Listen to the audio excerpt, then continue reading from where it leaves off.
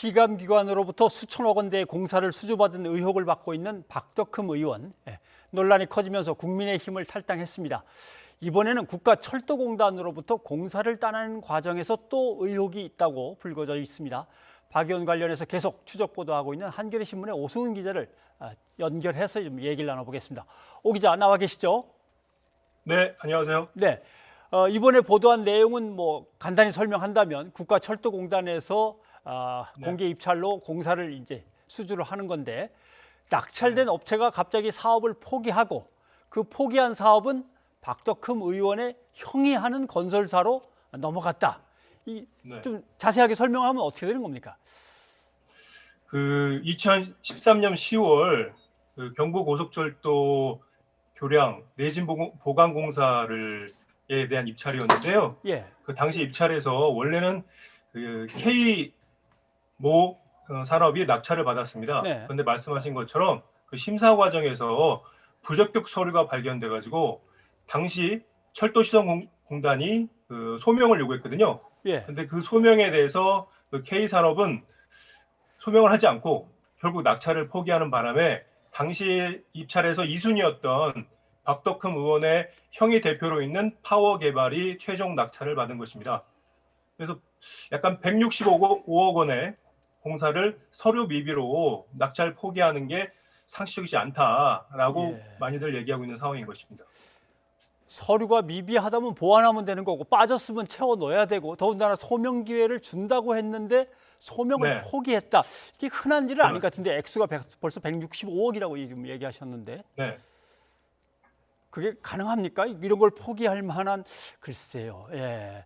그러면 결국 업계에서는 이런 식으로 사전에 담합을 하고 낙찰을 받은 업체가 이 서류상 미비점을 만들어 가지고 낙찰을 포기한 다음에 2순위 업체가 낙찰을 받는 이런 식의 행태가 드물지 않게 벌어지고 있다고 얘기하고 있습니다. 실제로 과거 96년에 박덕흠 의원이 상하수도 공사를 수주받았거든요. 당시 해영건설을 운영하고 있을 때였는데요. 그때도 1순위 낙찰업체가 갑자기 낙찰을 포기하면서 2순위였던 해영건설이 낙찰을 되는 상황이 벌어졌었거든요. 이런 상황 예전에 보면 이번 일만 처음이 아니라 박덕흠 의원이 소유하고 있거나 박덕흠 의원의 가족이 보유하고 있는 회사에서 이런 일들이 왕왕 벌어지고 있다고 볼 수 있겠습니다. 네. 낙찰 받아가지고 공사하느라고 고생하지 말고 적당히 작은 떡값을 받고 물러나면 우리가 알아서 한다. 이런 담합이 있을 수도 있다. 또 그런 사례들도 있다는 말씀이군요. 그리고 또 하나는 어떤 공개 입찰로 사업이 나왔을 때 박 의원의 일가 기업들이 모두 그 입찰에 다 뛰어들어서 결국 누가 되든 간에 우리 가족이 되는 확률을 높이는 수법도 사용했다. 이 얘기도 나온 것 같습니다. 네, 맞습니다. 2013년부터 2017년까지 철도공단으로부터 3건의 공사를 낙찰받았는데요. 그중에 이 3건 모두가 박덕흠 의원 일가 기업들이 일가 기업 3곳이 중복으로 입찰에 참여했습니다. 그래서 다른 기업들 같은 경우는 예를 들면 15개 기업에서 13개 기업 정도가 입찰에 참여하고 있는 경우를 보았는데요. 다른 기업들은 낮은 하나의 기업만 입찰했기 때문에 굉장히 낮은 확률을 보인다면 이 박덕흠 일가의 소유한 기업들은 3배 정도, 다른 기업보다 3배 정도의 낙찰 확률을 높이는 결과가 되었고 결과적으로 이 3개 기업들이 특히 파워개발이라고 할 수 있죠. 아까 말씀드린 박덕흠 의원의 형이 소유하고 있는 이 파워개발이 이 3개의 공사를 모두 수주한 결과를 보이고 있습니다. 결과적으로 불공정한 입찰이 아니었느냐라고 하는 의혹이 나오고 있는 것이죠. 특수관계인들이 갖고 있는 회사들이 한꺼번에 몰렸다면 그건 국가계약법상 중복 계약이니까 안 되는 거죠.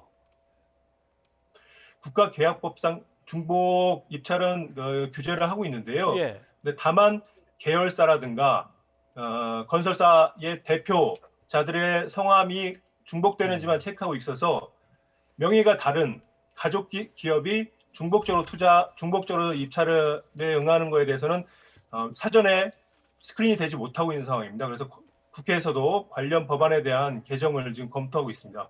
네.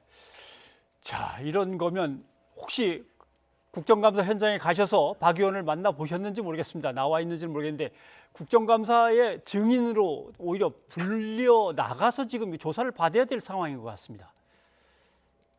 최근에 국감에 박 의원을 증인으로 불러야 된다고 하는 좀 여론이 있는 걸로 알고 있습니다.